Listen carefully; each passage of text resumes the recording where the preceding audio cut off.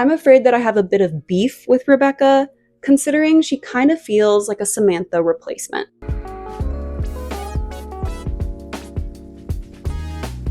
Hi there, my name is Tessa, and as a kid I was really into history, which is why I immediately gravitated towards the American Girl franchise when I was introduced to it in elementary school. Originally, I thought that it was just a random book series like the Royal Diaries or something, since I didn't know anyone in real life who actually owned the dolls, and I was blissfully unaware for several years. Of course, the second I found out about them, I begged my mom for one, which she declined, and I will say that as an adult, I don't really blame her, considering I played very rough with my toys, and American Girl dolls were just way too expensive to be getting my hair and makeup treatments. Since the brand's launch in 1986, they've launched over 100 different dolls, but today I specifically wanted to talk about their historical characters, which are the same ones that I fell in love with all of those years ago. So I made this little tier list, which includes 5 categories. The first is an original it girl, meaning that I don't even deserve to breathe the same air that she does. The next is let's hang out, which means that I think that we could probably be besties. Next is sorry that happened to you, which means that I just feel kind of bad about everything that happened to them. Then we have just collecting dust, which means that there's nothing that I find particularly interesting about her. And lastly is she doesn't even go here, meaning I'm genuinely confused as to why she was added. Now, because I know how doll collectors like to tussle, I want to make it abundantly clear that this is just my opinion. Yes, I'm going to be judgy and hyperbolic, but isn't that what makes these kinds of videos fun? And just remember that at the end of the day, we are talking about fictional characters that are part of a multi-million-dollar doll franchise.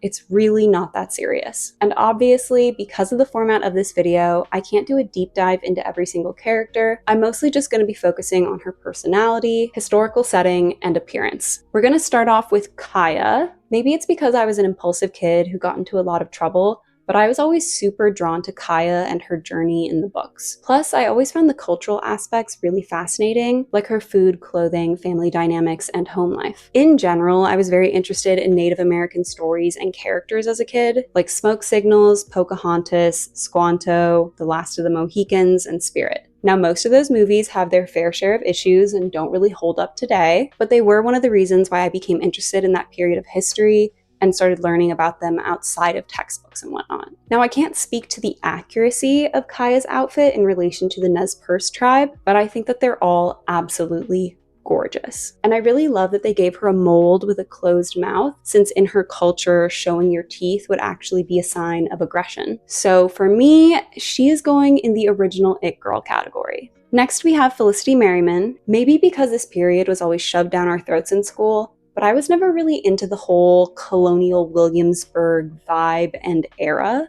I feel like Felicity was meant to be a sort of Jo March type. Like, she runs around and doesn't really do stereotypically girly things, but instead of being obsessed with riding, it's horses. I actually can't even remember that much of her storyline apart from the horses. And as someone who fell off of a horse at a very young age and was kind of iffy about them for a couple of years, I never really got the hype. And in general, it feels like a lot of historical events are happening around her, but she isn't super involved. In 2005, they made a movie which had Shailene Woodley in the lead role, and she does an absolutely bang-up job, and I do genuinely wonder if they're allowed to put Golden Globe nominee on the boxes now.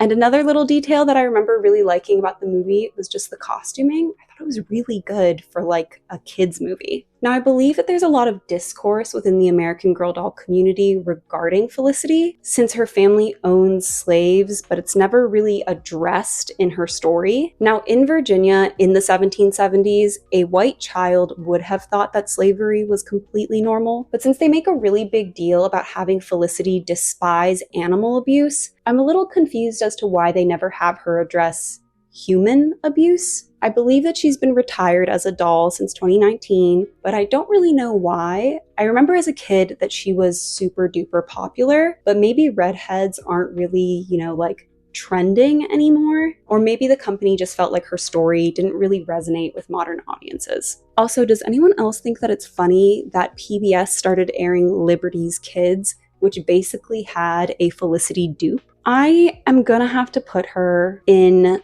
Just Collecting Dust.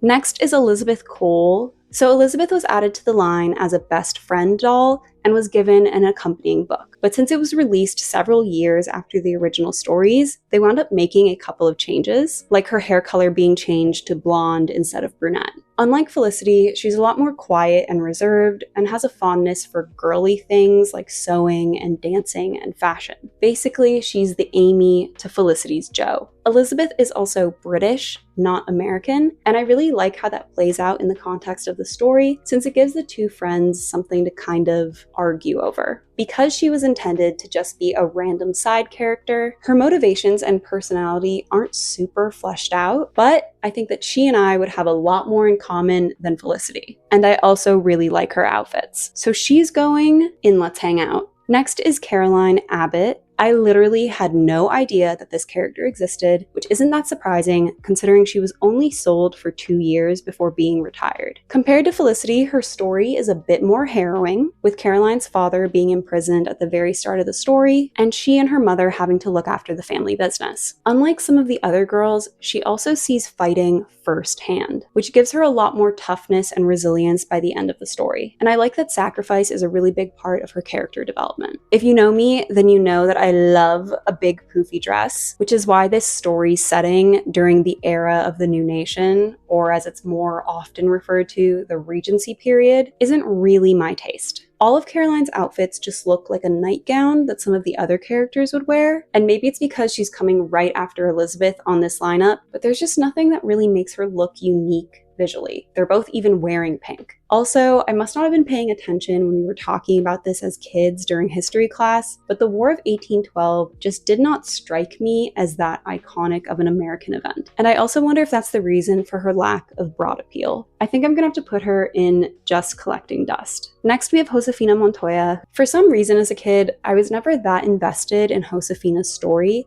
Maybe because I was never that interested in that time period as a whole. And as I mentioned, I was also a pretty loud kid, so I just didn't relate to Hosaphina's personality, and compared to Kaia, there just wasn't as much action. Now, I don't blame her for being a quiet person. I mean, her mother literally just died, and that would have devastated me as well. But I do think it's interesting how the story deals with that trauma, with Hosaphina eventually deciding to become a healer so she can prevent other people from getting sick and dying. It's a very different direction than most of the characters wind up taking. Honestly, what I think I remember the most from Hosaphina's story is the food. And maybe one of these days I'll have to check out the American Girl cookbook and remake some of them. So even though her story doesn't particularly interest me, I do love Hosaphina's clothing. The colors and silhouettes and textures are just so different from what the other girls wear. And it's also pretty different from what I personally associate the 1820s with, which I think is just a great representation of her cultural background. Maybe if I reread her stories as a more chill adult, I'd have more appreciation for them, but as it stands,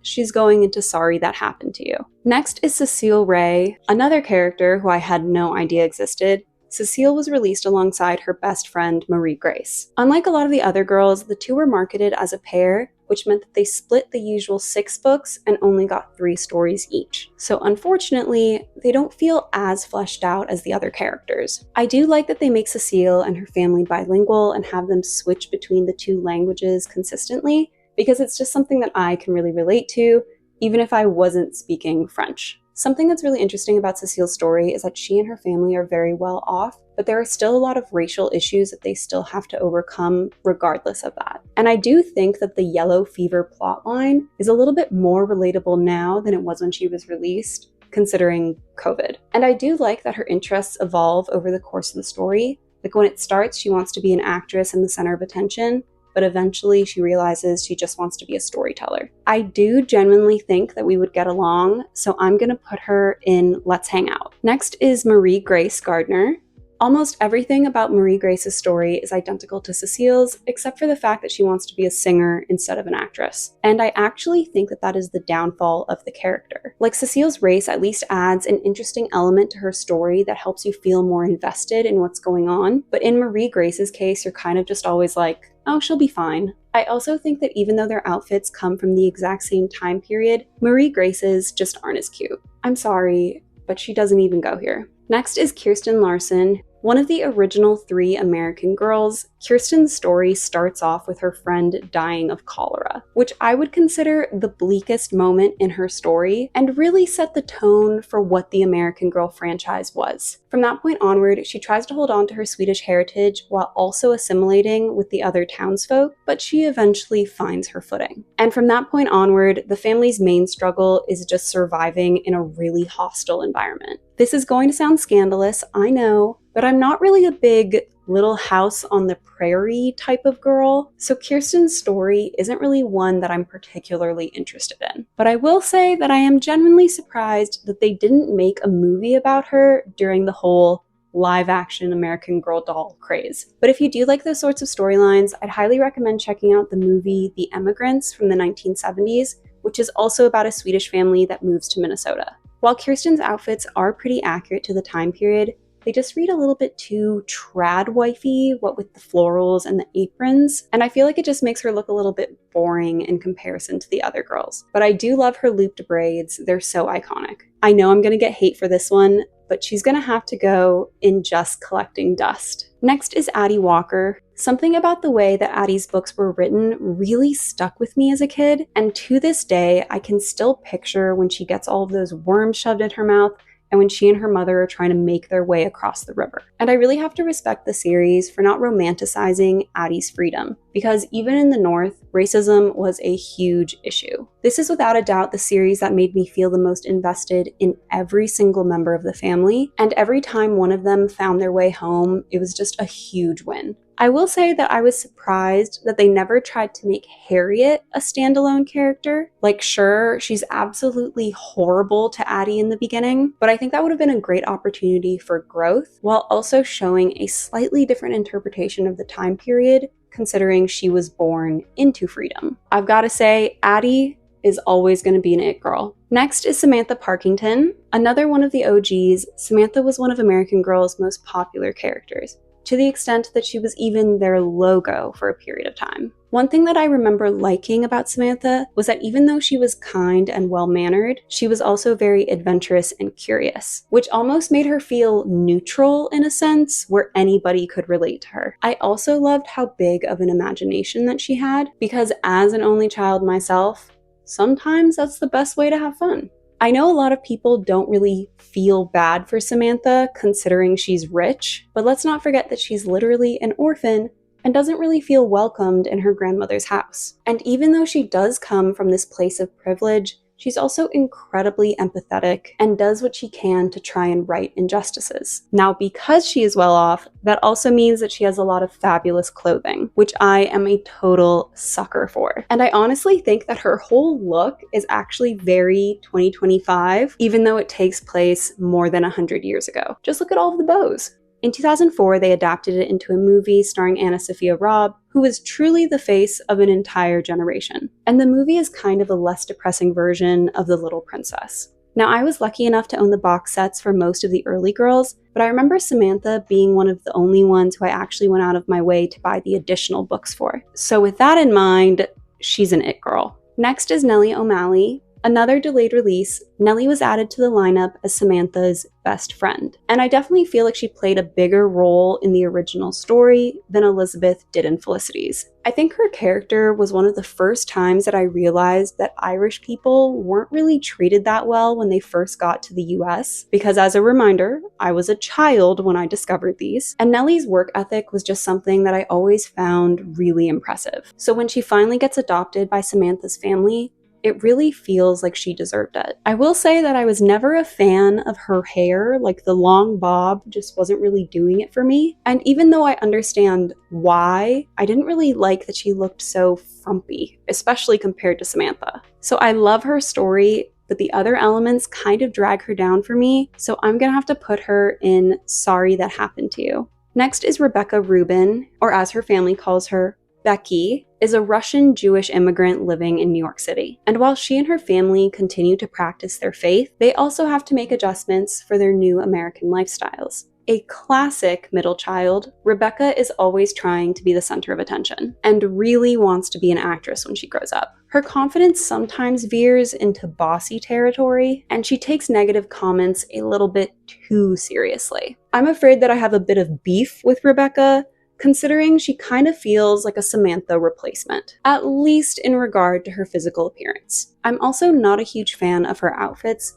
They're just very purple, and everything just reads as a lot more 1920s than they do 1910s. So because of that lack of creativity, I'm afraid that she's going straight into the she doesn't go here category. And I honestly think that the exact same character, but in the 1940s, would have been a lot more interesting.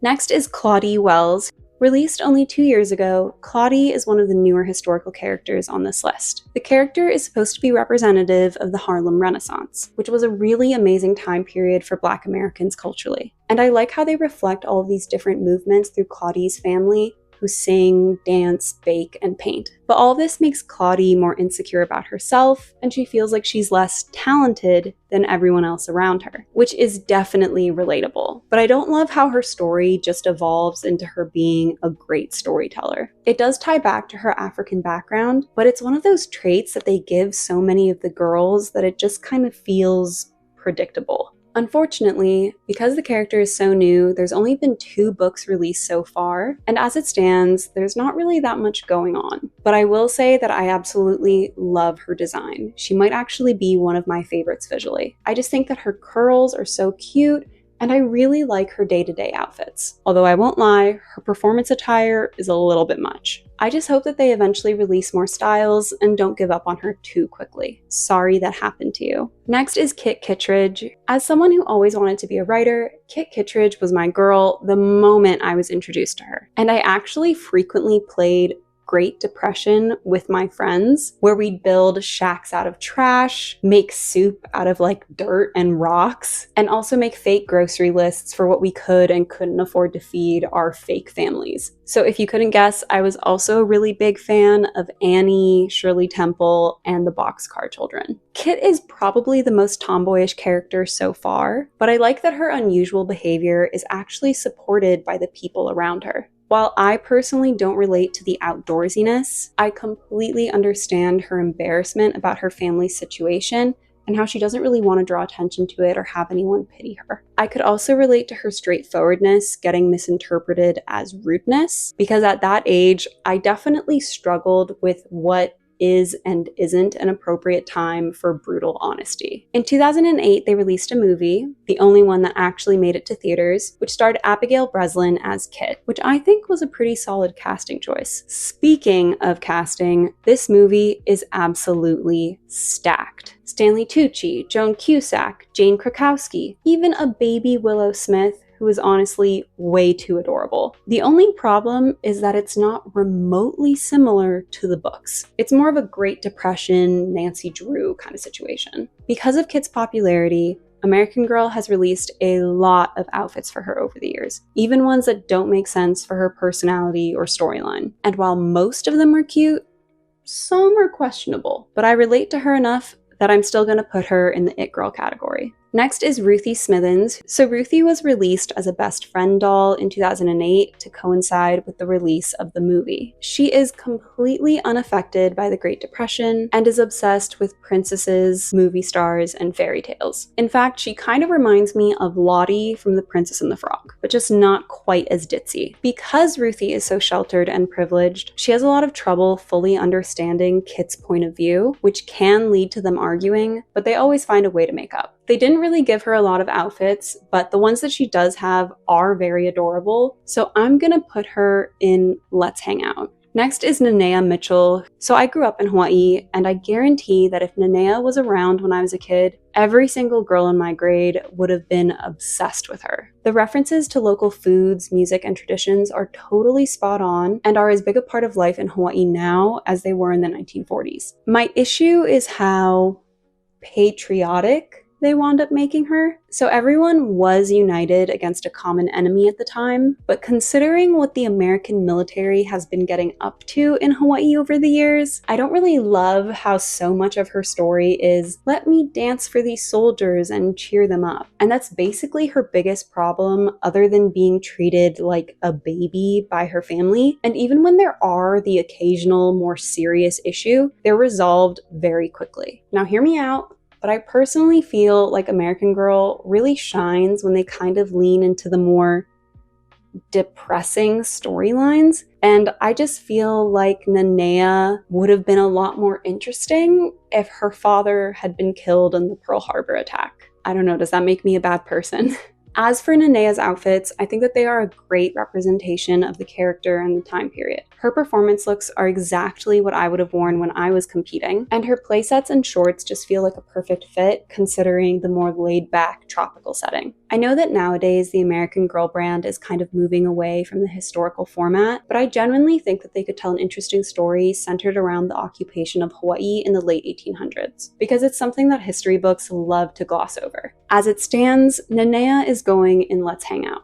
Next is Molly McIntyre. Introduced in the first wave of characters and the only one to this day to wear glasses, I remember not really liking Molly when I was younger. Maybe because she was just a little bit annoying and attention-seeking. But there are certain things like the gross tomato bread and the various arts and crafts projects that have still stuck with me to this day. As someone who is pretty awkward looking in their youth and took a really long time to blossom, I definitely relate to Molly's desire to be prettier. And I definitely did try braiding my hair while it was wet to see if it would make a big transformative difference. It didn't, and it would basically be straight again in like an hour. Compared to the other characters, her life isn't quite as dramatic, but in hindsight, I actually think that's a little bit more realistic since there were probably thousands of girls exactly like her. This also got a movie adaptation, but it's probably the worst of the bunch. I don't know, I never really bought the actress that they cast as Molly. She just didn't really feel like the character. In doll form, I think that Molly's brand of nerdy cute really makes her stand out in the lineup, and there are certain outfits, like her yellow raincoat, that are just adorable. I don't think that Molly and I would get along at all, but it doesn't change the fact that she's an it girl. Next is Emily Bennett.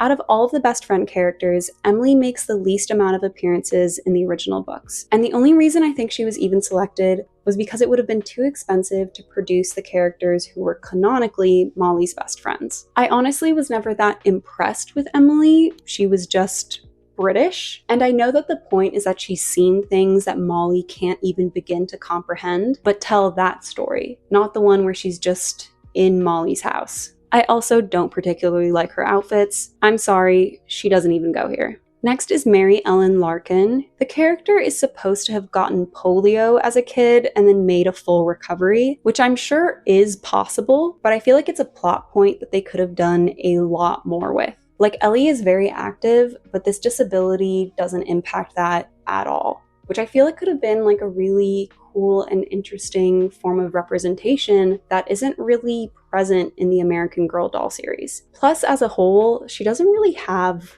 like a struggle. Her only thing is that she just gets in trouble a lot. Personality-wise, she reminds me of Molly with like a dash of Kit, and she has a lot of stereotypically masculine interests like the Lone Ranger and rocket science, which is contrasted by her interest in fashion. I'm a sucker for a poofy 1950s silhouette, so even though the cupcake dresses and crazy prints come across as a little bit costumey, they're still fun to look at. They also remind me a lot of movies like Grease and Hairspray, and I do think it would have been interesting if Ellie dreamed about maybe being on like American Bandstand when she got older. They did make a movie, which was released in 2016, but I think the decision to have it focused on Christmas is really odd considering the Florida setting. Obviously, you can celebrate Christmas anywhere, but I feel like summertime just made a lot more sense. I'm afraid that she's going to be collecting dust. Next is Melody Ellison. Melody's story is influenced by the civil rights movement, with most of her experiences being representative of a segregated America. Her entire family loves music, and Melody has a fondness for Motown specifically, although she does get nervous singing in public. While there are some similarities to her story and some of the other Black characters, the discrimination aimed at her feels almost modern in a sense. Like, you could still find people in certain parts of the country who still act the same way, especially when she gets accused of shoplifting just because of her skin color. I'm not religious myself, but I like how they highlight the importance of church in her community, and it's actually really heartbreaking when it gets bombed. In 2016, a movie was released on Amazon Prime with Marsai Martin as Melody, and I love the choice to give her glasses, which is such a cute detail. I think they totally should have added it to the dolls. Although I don't wear 60s fashion myself, it just isn't a good fit for my body type. I think all of Dee Dee's outfits are super cute, especially since they commit to the over-accessorizing of the era, like hair bows and glasses and purses. Her flipped-out bob is also just really unique for American Girl as a whole. I think that she's an it girl. Next is Julie Albbright. I actually do remember when Julie was released, and even though I was still in my American Girl phase, I just wasn't that interested in her. She was the first character with divorced parents, which makes her relatable in a fun new way, and most of her story revolves around her coming to terms with her father's absence. Considering Julie lives in San Francisco in the 1970s, I would have thought that they would have explored the city's LGBTQ issues, but after looking into it, it seems as though American Girl as a whole tends to avoid that topic.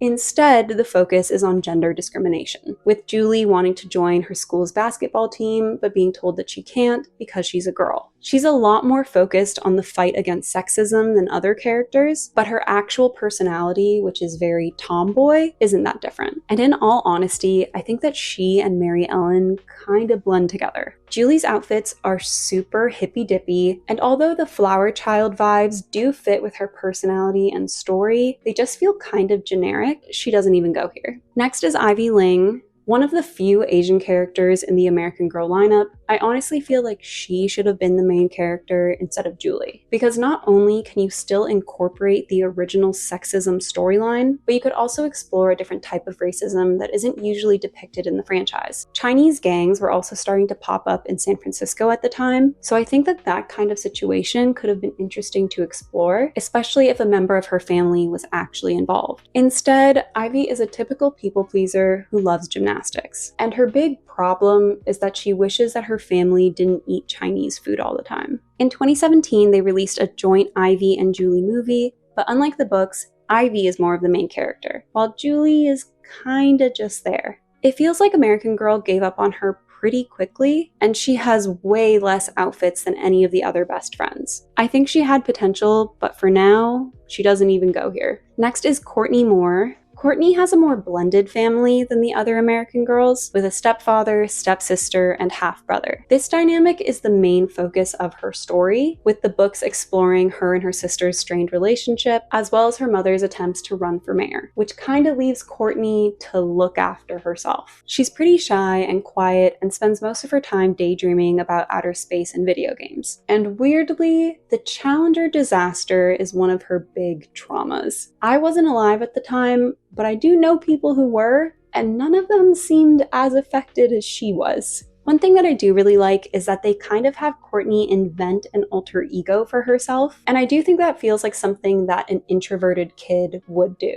I have a lot of beef with 1980s fashion as a whole, and I think that Courtney's outfits are made up of the worst trends from that era, to the point that she almost looks like a caricature. The neon and the acid wash and the funky patterns are just way too much. I'm not saying it isn't accurate to the time period, I just wish they'd gone in a less obvious direction. She doesn't even go here. Next are Isabelle and Nikki Hoffman. I remember seeing a bunch of people freak out about 1999 being considered historical, but considering there are other releases that would have been considered pretty contemporary to American Girl's original customers, I don't really think we're in the place to complain. Twins were having a huge moment in the 90s, like the Olsens, the Mauries, and the Daniels. So I think this was a brilliant choice on the company's part. I just feel like they really sanitized the actual issues that took place during this time period. Sure, people were concerned about Y2K, but nowadays we all know that they were making a mountain out of a molehill. So it just seems like a bit of a silly storyline to even include, especially when compared to the issues the other girls face like war, racism, and viral diseases. If anything, Columbine would have been an interesting thing to explore, especially since school shootings are an even bigger issue now than they were in the 90s.